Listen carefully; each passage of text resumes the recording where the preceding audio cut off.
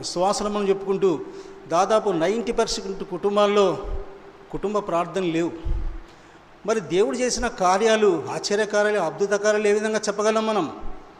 ఈ దినాలు అటువంటి పరిస్థితుల్లో మనం చేయొత్తామంటే దాదాపు ఒకరిద్దరు ఎత్తుతారు. కుటుంబాల్లో కుటుంబ ప్రార్థనలు లేవు. ఆయన కార్యాలను మన బిడ్డలకు ఏ విధంగా తెలియజేయగలం మనం? కాబట్టి అందుకొరికే బైబిల్లో ఒక భయంకరమైన మాట ఉంది, మన పితరులు చెప్పలేరు. కాబట్టి చూద్దాం రండి. ఆ మాట వింటే భయం అవుతుంది. న్యాయాధిపతులు 2వ అధ్యాయము, న్యాయాధిపతుల గ్రంథం 2వ అధ్యాయము 10వ వచనం. యెహోవాను ఎరగని తరం పుట్టిందంట, ఆయన చేసిన కార్యాలను ఎరగని తరం పుట్టిందంట. ఎంత భయంకరమైన మాట! నిజంగా ఎందుకు ఈ తరం పుట్టిందంటే, మన పితరులు దేవుడు చేసిన కార్యాలు వెంటనే మర్చిపోయారు.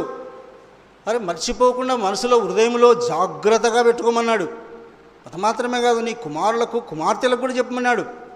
కానీ తరం పుట్టిందంట, యెహోవానైనను ఆయన చేసిన, ఇజ్రాయేళ్లకు చేసిన కార్యాలు చేసిన మరి ఎరగని తరం ఒకటి పుట్టగా, యెహోవానైనను ఆయన ఇజ్రాయేళ్ల కొరకు చేసిన కార్యములైనను ఎరగని తరం ఒకటి పుట్టగా.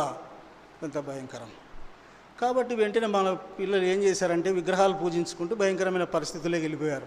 లాస్ట్కు నెబుకద్నెజరు వచ్చి రక్తపాతం చేసి చెరగ తీసుకుపోయే పరిస్థితి ఏర్పడింది.